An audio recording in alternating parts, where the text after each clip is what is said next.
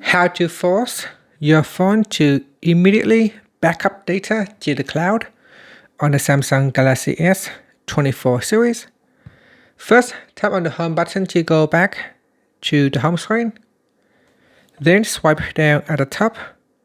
In the quick settings panel, tap on the settings icon. Next, we scroll down. And in here, tap on accounts and backup. Next, we go to the Samsung Cloud section and tap on Backup Data. Now scroll down and make sure all of these are turned on if you want to backup all of them. Then tap on Backup Now. And this will force the phone to immediately backup all your data to the cloud. Now you can also backup to Google Drive as well. So tap on Backup Data. And then tap on Backup Now.